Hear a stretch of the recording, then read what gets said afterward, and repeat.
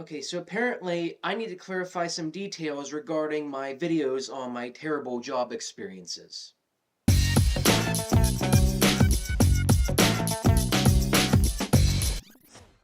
those of you who have kept up with the 20th Century Dude channel, I released some videos months ago about two horrible job experiences I had. One at a cable TV station I decided to keep anonymous, and another an internship where a good experience unfortunately went sour.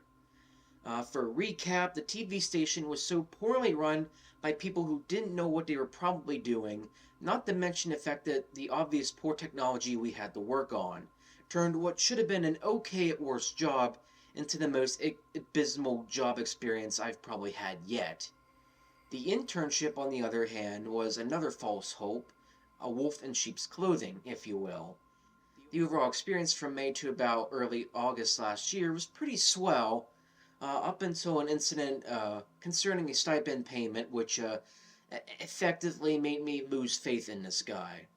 He also promised me a part-time job by the end of September, but when that time came, I discovered, unfortunately, he didn't actually mean what he said, costing me what could have been a great job opportunity.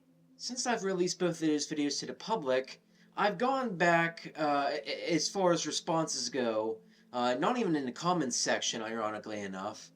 Uh, the reaction couldn't be any more decidedly mixed. One guy I met was completely flabbergasted by my stories and was really surprised and felt sorry about the unfortunate twist of what happened with the internship. Of course, the cable TV station, he completely understood. Some jobs are just kind of messes. On the other hand, one dude apparently decided to unsubscribe from my channel because I sounded like, and I quote because I wrote this down, an immature whiny baby who has no grasp on real life trying to get attention on a lonely viewed internet platform. Dang, dude, that hits hard. On a lowly viewed internet platform to rant about jobs he has no business fussing about. Whoa. I mean, for one, that sounds like a lot of mouth jargon. On the other hand, if the impression people got from these videos is that I sound, whiny and complaining the whole time, I would say that they missed the point, but perhaps I did not convey myself as properly as what I should have. My intention the whole time was to simply convey my frustration on how badly these jobs turned out to be by offering some examples and reasons why they were bad to begin with. These job horror story videos also serve a dual purpose for younger viewers getting into the workforce for the first time, acknowledging that, depending on where you go and what job and field you go into, even something as simple as working at Lowe's, right? You're going to experience a great many hiccups along the way, no matter what you get. Everybody has bad days at work. It happens. Everybody has bad days, and that's perfectly normal. Even a good job will have bad days. After all, I work at Paul B. Hardware right now, put a little bit of cash in the bank. And yes, you could say there's bad days there, but fortunately, not every day. Maybe only once or twice a month or once a week or something like that. There are aspects I don't like, as I'm sure there's aspects of everybody's jobs that they don't like. Because, it wouldn't be normal unless there's one part of the job where there isn't something that, irks us just a little bit. However, what I did not say is that it's not normal to have consistently bad days pretty much the entire time you're there. One should not have to go into work each and every day with a sense of dread thinking, oh no, what's going to happen this time? And then walk out pretty much, angry and livid when you're done. That is not normal. For that to happen every day is not normal. And if that does happen pretty much the entire time you're working somewhere, maybe that's exactly why a job doesn't work out. I also wanted to highlight for younger viewers, especially those maybe heading to college for the first time, that when searching for job opportunities, especially if you have college fairs and whatnot to go to, do be careful what you wish for, and do be careful what you run into. Stuff may seem nice and shiny on the outside, but on the inside, that could be a whole different story, because that is usually where the dog crap usually stinks.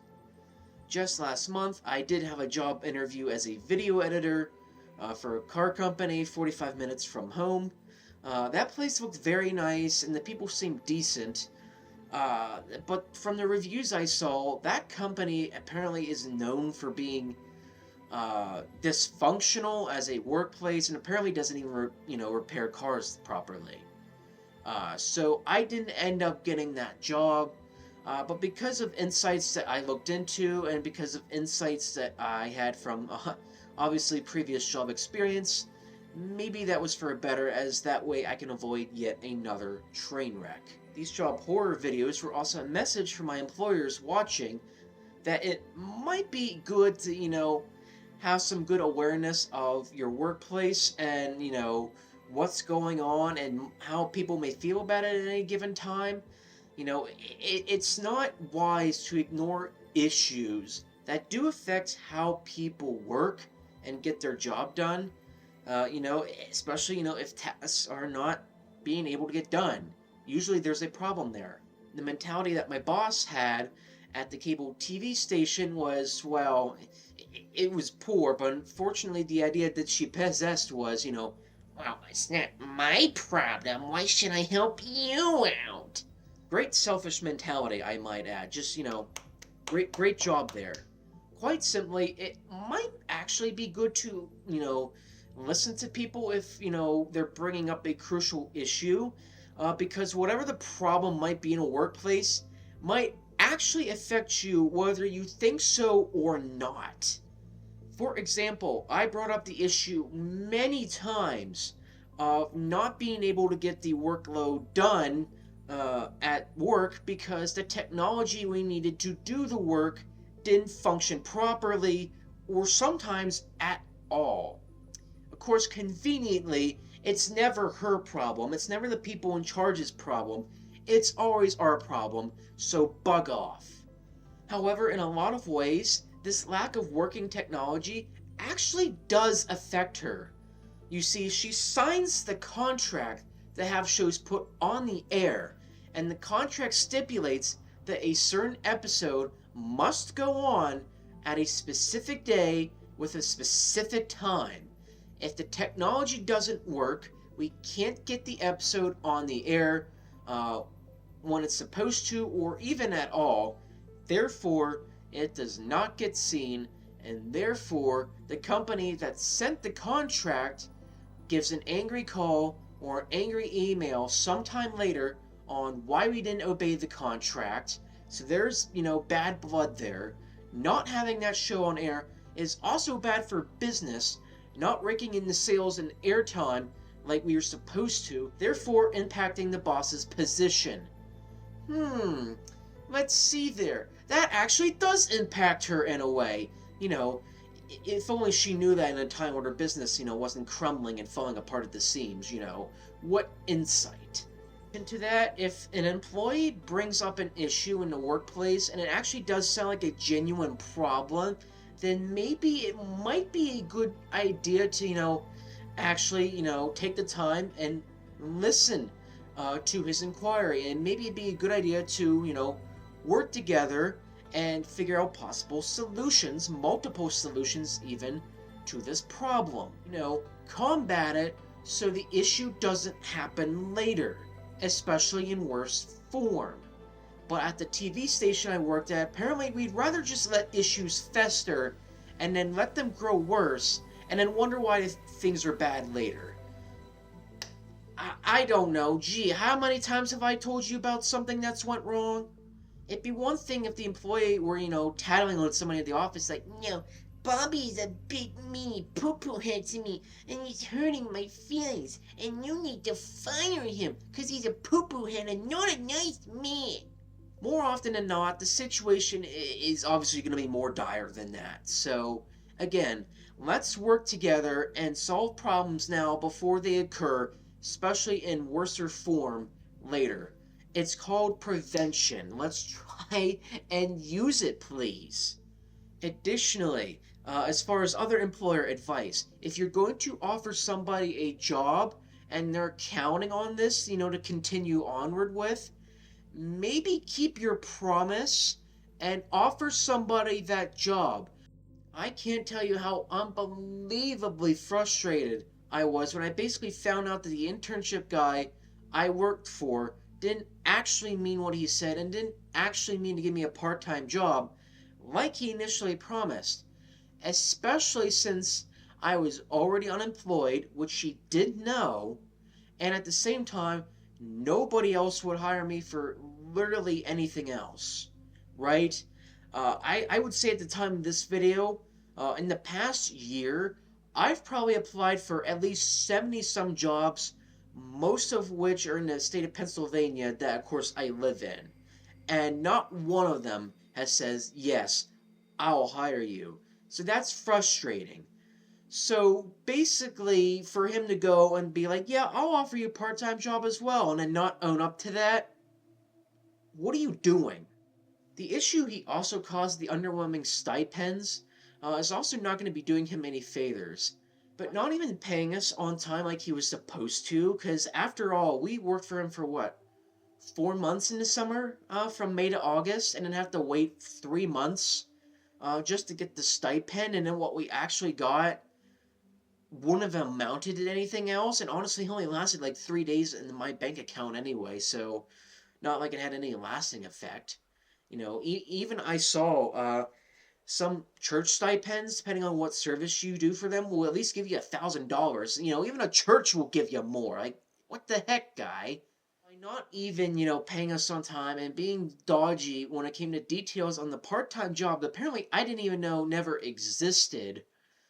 You're not gonna get anybody to respect you or work for you if you act like that.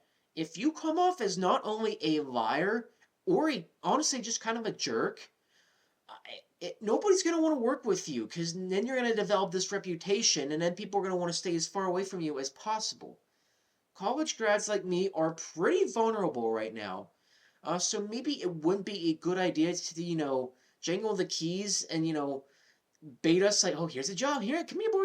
Here, come here. And then, not actually do anything with that. Maybe keep your promise and actually give them a job. And maybe, don't put them in difficult situations like that. Not a great plan. Otherwise, I hoped I kind of cleared up a mess and conveyed myself better than what maybe I did in my previous videos. If I have to, go as far as to go back and maybe redo them, then, maybe that's what I'll go and do. Oh, and for those who think that, all I'm doing is being extremely negative about my jobs, I beg to differ. I did post a positive opportunity I got in October at a film shoot I was at, so no, not all my job experiences were negative. And no, I don't complain like a whiny little baby who doesn't think anybody notices him. Sometimes bringing awareness of a poor job experience is actually beneficial for those looking to get in and put their foot in the door in a certain job field or just the workforce in general. Sometimes it would, it helps to bring awareness for employers who, might be that oblivious to any issues going on in the workplace. You never know what you might get into after all. Other than that, that's all I have for today. So thank you for tuning into 20th Century Dude once again. Again, that's all I have for today. So hope to catch you later. See ya.